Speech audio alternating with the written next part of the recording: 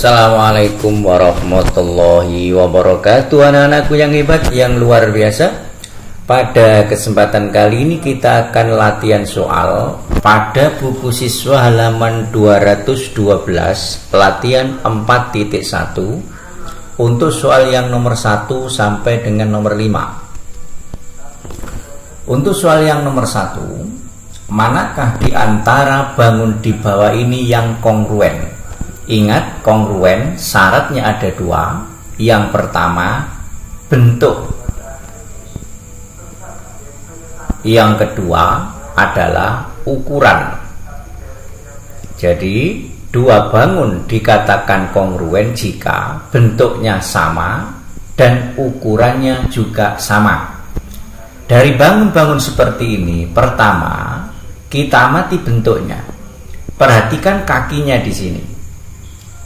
Gambar yang nomor A ini sudah barang tentu sama dengan gambar yang nomor ini. Perhatikan kakinya sama, maka A itu kongruen dengan J. Jadi A ini kongruen dengan J. Selanjutnya yang gambar B ini, perhatikan kakinya. Kakinya ini bentuknya sama dengan gambar I. Berarti di sini bisa kita tulis B kongruen dengan I. Perhatikan tangannya juga ke bawah, satunya ke atas. Kemudian selanjutnya gambar yang C. Perhatikan bentuk kakinya. Bentuk kaki gambar yang C ini sama dengan bentuk kaki gambar yang F. Berarti C itu kongruen dengan gambar F. Selanjutnya gambar D. Perhatikan gambar D, bentuk kakinya. Bentuk kaki gambar yang D ini sama dengan bentuk kaki gambar yang G. Berarti bisa kita tuliskan gambar yang D kongruen dengan gambar yang G.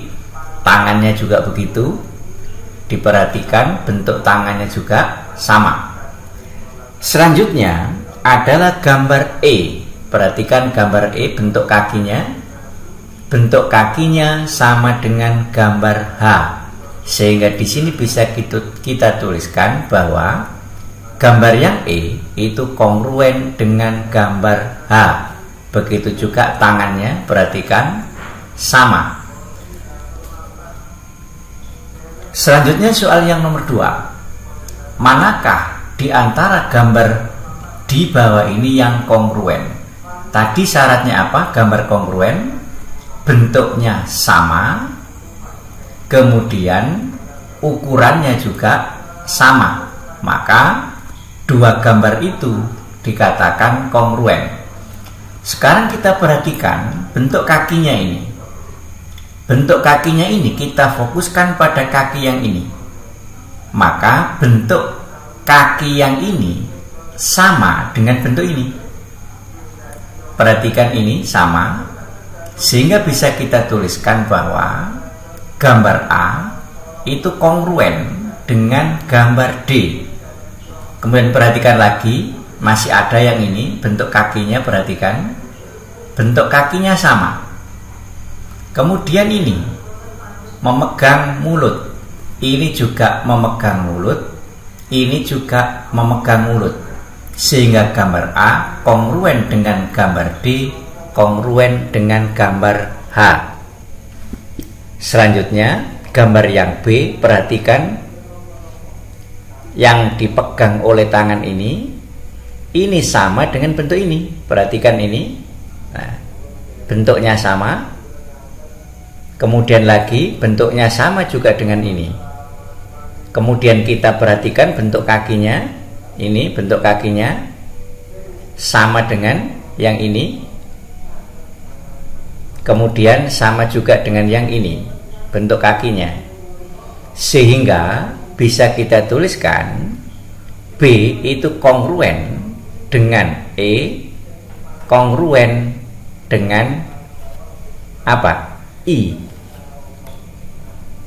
Selanjutnya gambar yang C, kita perhatikan C kongruen dengan mana? Perhatikan bentuknya ini, kakinya ini sama dengan ini. Bentuk kakinya sama juga dengan ini. Kemudian bentuk kepalanya dilihat, tangannya di sini sama dengan ini, sama dengan ini. Berarti gambar C ini kongruen dengan gambar F, kongruen lagi dengan gambar G. Selanjutnya soal yang nomor 3. Apakah menurutmu pensil warna pada gambar di samping ini kongruen? Jika kita lihat gambarnya, kita tidak bisa menentukan apakah pensil-pensil ini kongruen atau tidak.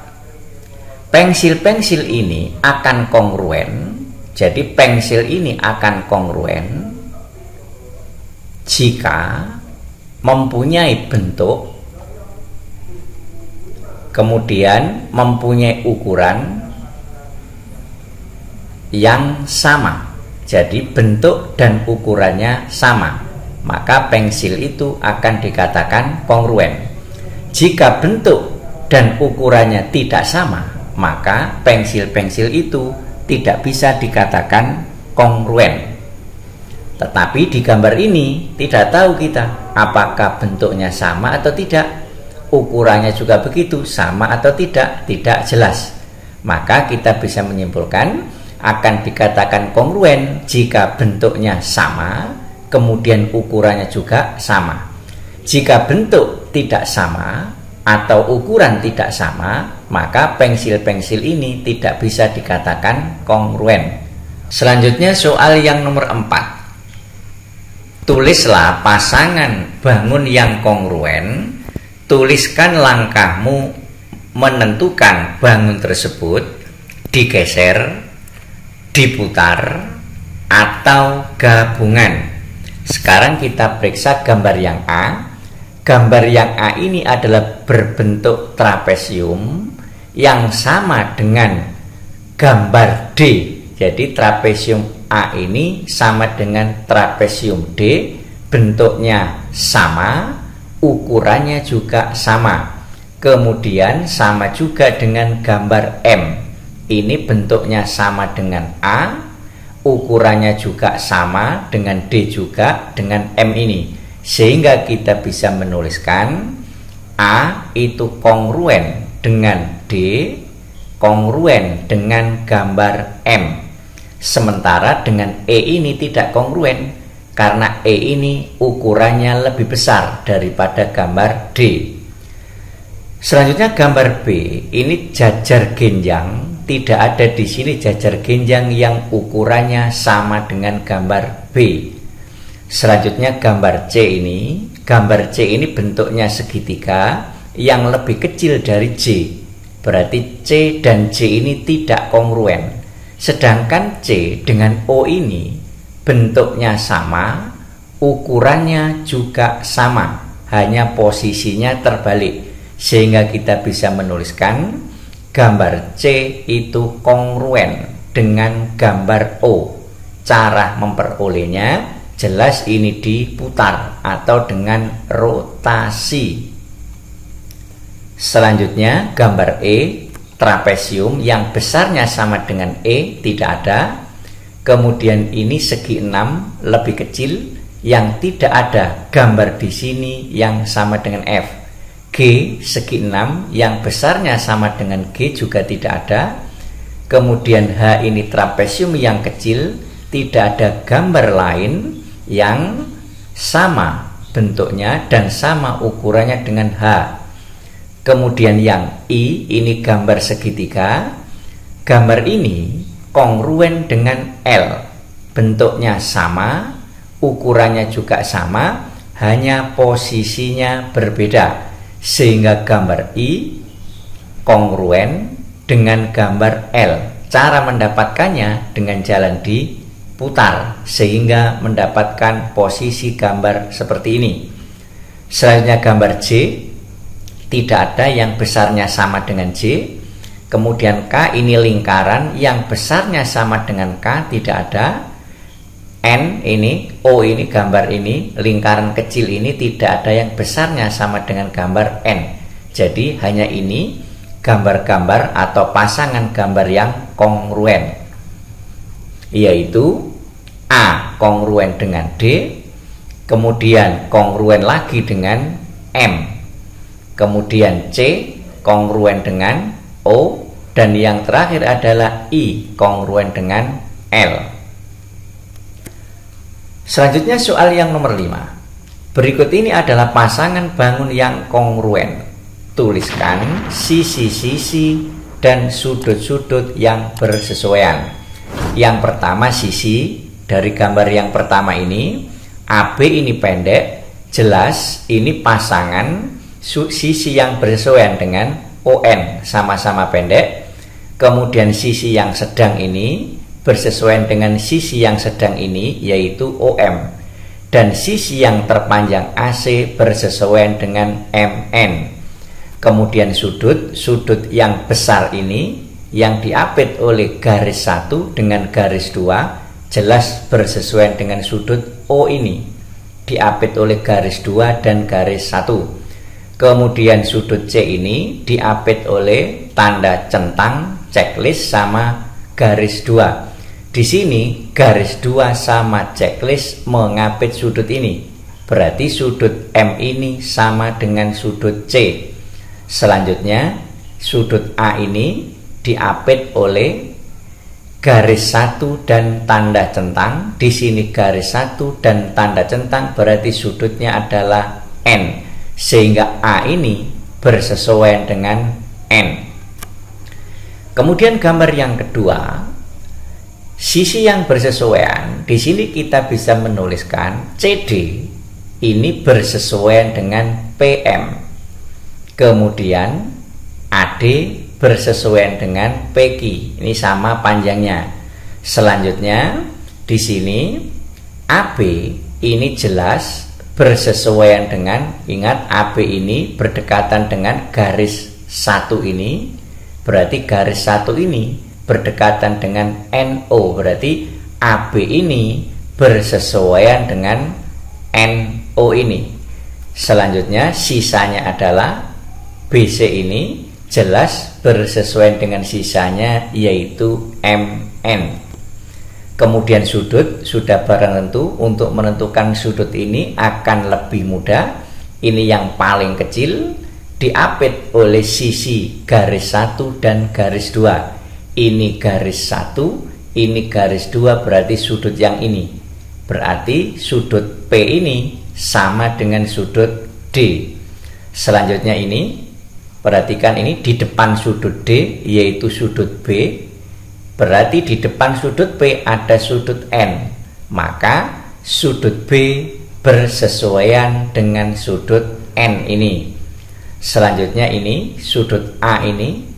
Sudut A ini diapit oleh checklist ini dan garis 1. Di sini ada garis 1, di sini ada checklist, berarti sudut yang diapit ini bersesuaian dengan sudut ini A.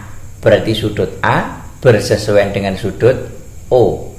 Yang terakhir sisanya berarti sudut C ini bersesuaian dengan sudut M.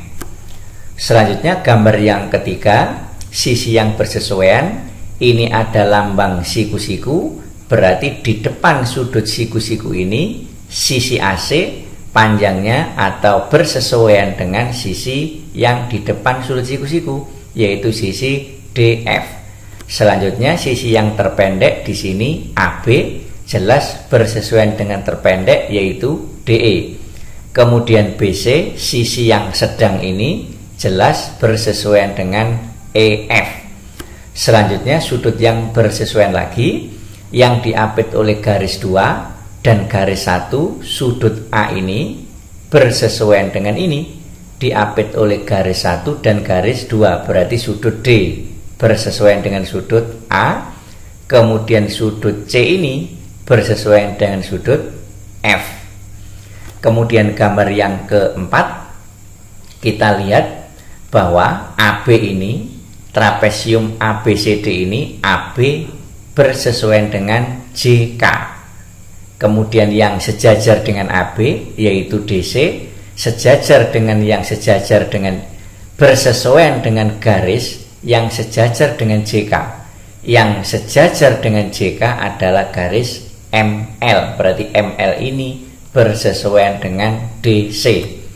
Kemudian yang tegak ini BC ini jelas bersesuaian dengan KL, dan yang terakhir AD ini bersesuaian dengan JM. Maka dari sini untuk menentukan sudut yang bersesuaian akan lebih mudah. Di sini A diapit oleh bundaran sama garis 2. Di sini garis 2, di sini bundaran, berarti sudutnya adalah J. Maka J ini bersesuaian dengan sudut A. Kemudian kita lihat dengan cara yang sama, sudut B ini jelas bersesuaian dengan sudut K, masing-masing diapit oleh garis 2 dan checklist. Ini juga garis 2 dan checklist. Kemudian sudut L sudah barang tentu sama atau bersesuaian dengan sudut C ini. Dan yang terakhir sudut D ini jelas bersesuaian dengan sudut M. Selanjutnya gambar yang nomor 5, untuk menentukan sisi yang bersesuaian bisa kita lihat dengan mudah. LM jelas bersesuaian dengan QV. Kemudian KL jelas bersesuaian dengan QR. Kemudian JK bersesuaian dengan RS. JN bersesuaian dengan apa? ST.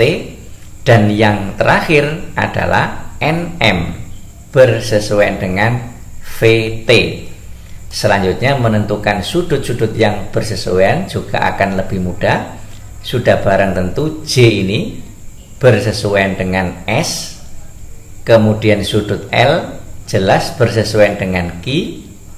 Kemudian sudut M bersesuaian dengan sudut V, dan seterusnya. Selanjutnya ini juga begitu. Dari gambarnya sudah gampang dalam menentukan sisi yang bersesuaian. PQ jelas bersesuaian dengan apa? VW. Kemudian QR dengan apa? Sudah barang tentu QR dengan VZ. Selanjutnya ini PT bersesuaian dengan WX. Kemudian TS bersesuaian dengan apa? Dengan ZX. Dan yang terakhir SR jelas bersesuaian dengan YZ.